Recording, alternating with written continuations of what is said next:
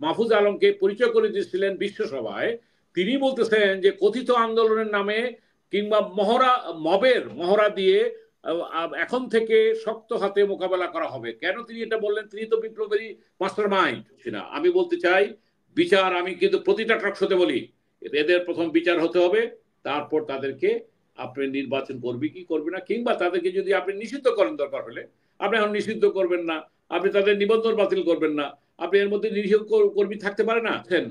মিলন ভাই, এই লক্ষ লক্ষ লোক কোত্থেকে আসলো? কর্নেল অলি সহ আরো অনেক বুজুর্গ ব্যক্তি যারা আল্লাহর রাস্তায় করেন, ধ্যান করেন, তারা বলছে মিলন ভাই আল্লাহর ফেরেশতা নামেছিল। মব জাস্টিসকে কিংবা ৩২ নম্বর ভাঙা কিংবা যার যার বাড়ি আক্রমণকে যদি বিপ্লবের স্পিরিট বলেন, আমি সম্পূর্ণভাবে তার সাথে দ্বিমত পোষণ করি। আজকে আপনাকে একটি কথা বলি, এটা যদি ৩২ নম্বর আওয়ামী লীগের ফ্যাসিবাদের তীর্থস্থান হিসাবে চিহ্নিত করে যদি শুধু ৩২ নম্বরই সীমাবদ্ধ থাকতো, তাহলে হয়তোবা গ্রহণ করলেও করা যেত, যদিও ৬ মাস পরে কেন এই প্রশ্নটা আসতো। কিন্তু যখন ৩২ নম্বরের পরে জেলায় জেলায় আওয়ামী লীগের বিভিন্ন নেতাদের বাড়িতে আক্রমণ করা হয়েছে, এখন আমি ধরেন আমি আওয়ামী লীগের একজন নেতা, আমি অপরাধ করেছি, আমাকে তো বিচারের আওতায় আসতেই হবে। আমার বাড়িঘর ভেঙে দিবেন, আমার সন্তানরা পালিয়ে বেড়াবে, আমার স্ত্রী পালিয়ে যাবে, এটা কোন সভ্যতার ইয়েতে আমরা করছি? এটা তো বিপ্লবের স্পিরিট হতে পারে না। এটা তো একটা নৈরাজ্য। এবং শুধু প্রতিটা জেলায় আজকে তোফায়েল আহমেদের বাসায় অ্যাটাক হয়েছে, যেটা আসরার ভাই বললেন যে বিভিন্ন জেলায়, হ্যাঁ এখানে আওয়ামী লীগের নেতারা অপরাধী থাকতে পারে, তাহলে সেটা ৬ মাস পরে গেল। এটা একটা প্ল্যানের অংশ, এটা একটা পরিকল্পনার অংশ, এটা ক্লিয়ার বোঝা যায়। সুতরাং আপার কথা হলো কি, যে আমাকে যে ভদ্রলোক বলছিলেন, যেটা সারাভাবে বললেন, আমি কম বেশি কিছুটা কোরআনের আলোর প্রধান সমন্বয়ক হিসেবে কোরআনকে নিয়ে আমি গবেষণা করার চেষ্টা করি, এবং আল্লাহ পাক যেটা বলছেন দাঁতের বদলে দাঁত, চোখের বদলে চোখ, হাতের বদলে হাত, এই কথাটা বলছেন যে জিহাদের প্রশ্নে, যুদ্ধের প্রশ্নে, অধিক যুদ্ধের প্রশ্নে এক একটা প্রেক্ষাপটে নাজির হয়েছিল। কিন্তু আল্লাহ তো গাফুর, আল্লাহ তো গাফির, আল্লাহ তো গাফার, তিনি ক্ষমাশীল। তিনি বলেছেন ক্ষমা প্রার্থনাকে তিনি স্পষ্টভাবে বলেছেন যে দুটি জিনিসের কথা, যেটা আমি বলে গেছি, যে অনুতাপ এবং অনুশোচনার পর যদি আন্তরিকতার সাথে আজকে আওয়ামী লীগ যে কথাটা যদি বলতো যে আমরা ভুল করেছি, আমাদেরকে ক্ষমা করে দেন, আমরা ভবিষ্যতে করবো না, এটা শুধু হাসিনা না, আওয়ামী লীগের কোন নেতার পক্ষ থেকে কথাটা আসে নাই। সুতরাং তাদেরকে তো যেটা নেই, তাদেরকে তো ক্ষমা করার কোনো প্রশ্ন আসে না, সেটা বিচার হবেই।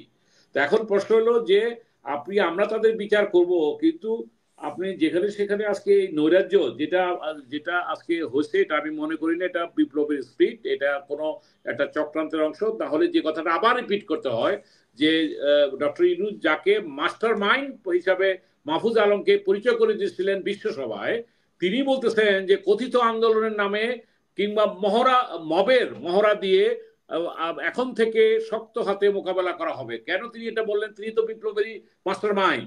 তার স্টেটমেন্ট আমি কোট করতেছি বারবার।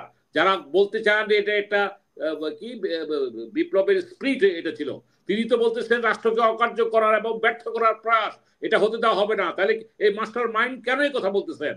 তারপরে পরিশেষে তিনি বলছেন যে জুলুম করা থেকে বিরত থাকুন, না হলে আপনাদের উপর জুলুম অবধারিত। তাহলে কেন এই কথা? ওনারা প্রথমে উৎসাহ দিয়েছেন, পরে এখন লাগাম টেনে ধরতে পারছেন না, তাই আমি আপনাকে বলছি, যারা বলতেছেন এটা বিপ্লবের স্পিরিট, আমি তাদের সাথে সম্পূর্ণ আমি দ্বিমত পোষণ করি।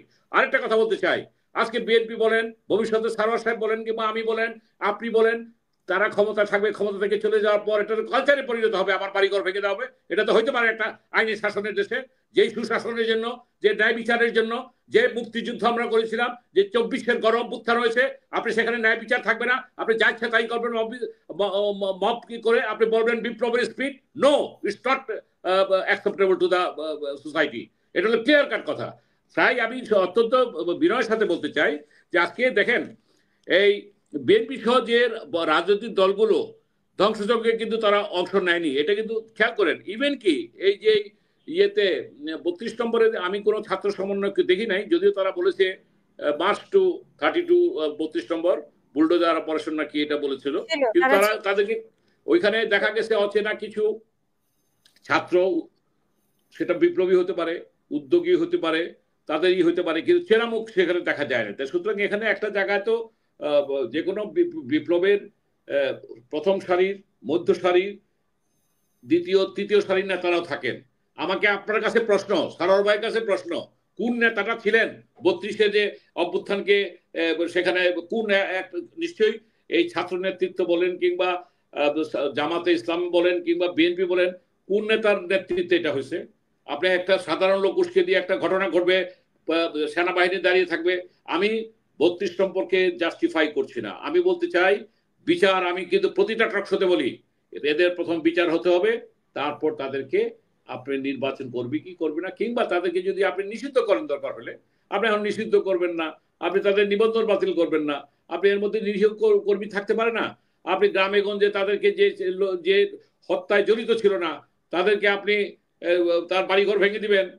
এটা তো এই সভ্য সমাজে হইতে পারে না। এই কালচারটাকে তো কোনো সময় কোনো সুস্থ বিবেক মানুষ কোনো এটাকে সমর্থন করতে পারে না। তো যাই হোক, আমি যেটা বলতে চাই যে আজকে আমাদেরকেও যেটা করতে হবে সেটা হলো যে তাদেরকে বিচার করে আমরা একটা ভবিষ্যতে আমরা একটা সুস্থ সমাজ ব্যবস্থা আমরা নিয়ে যেতে চাই। এইভাবে নৈরাজ্য চলতে থাকলে দেশে আইনের শাসন বিশ্বাসী জনগণ তারা কিন্তু দেখতে চায় যে একটা স্থিতিশীলতা, কিন্তু দেখছে যে তারা আরো অবনতি দেখছে, এটা তারা দেখতে চায় না।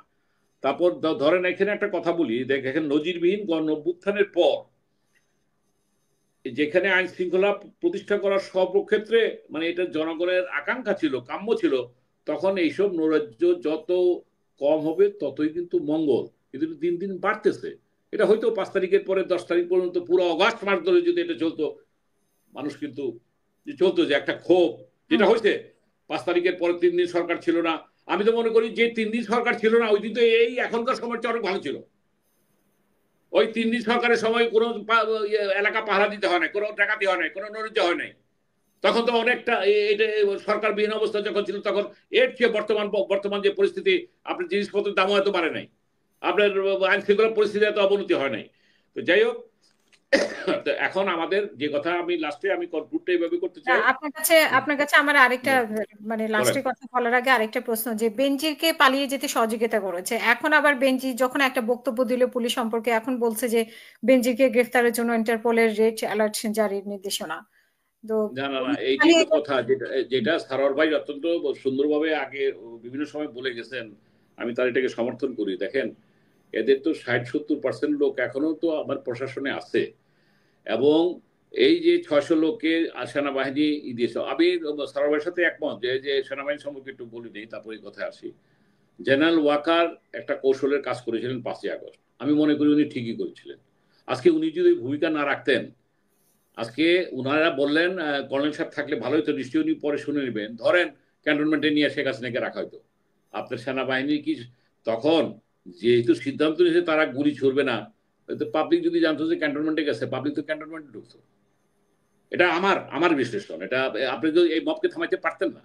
5 তারিখে যেই আপনি বিশ্বাস করবেন, এখানে সারোয়ার ভাই আছেন, আপনি একজন বিজ্ঞ সঞ্চালক, আপনার এখানে আমার মনে আছে 3 তারিখে আমি বলেছিলাম, আপনার রেকর্ডে আছে, আমি বলেছিলাম 72 ঘন্টার মধ্যে এটি রক্তপাত হতে যাচ্ছে, 72 ঘন্টা পার হয় নাই, 5 তারিখে কিন্তু ঘটনা ঘটে গেছে, আপনার রেকর্ডে আছে। 3 তারিখে আপনি আমাকে এনেছিলেন আপনার এখানে, এবং সেখানে আমার কথা হলো কি, পরের দিন যারা আমরা রাজনীতি করি আমরা জানি একটা পরিবর্তন হতে যাচ্ছে, কিন্তু বিশেষ করে অন্তত আমি বুকে হাত দিয়ে বলতে পারি, আমি ভাবি নাই এইভাবে তাকে পালিয়ে যেতে হবে।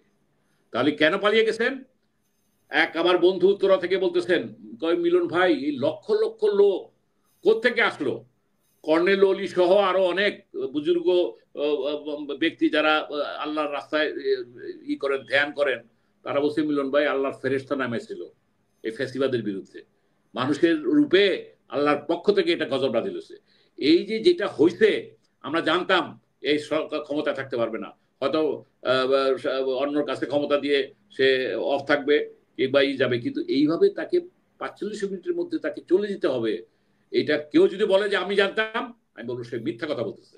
এটা সেনা প্রধানও এটা সকালবেলা যখন ঊর্ধ্বমন করলেন, ইভেন কি এটা জানতো না, জানতো there is going to be change, সেটা বুঝতেছিল যে এটাকে শেখ হাসিনাকে রক্ষা করা যাচ্ছে না।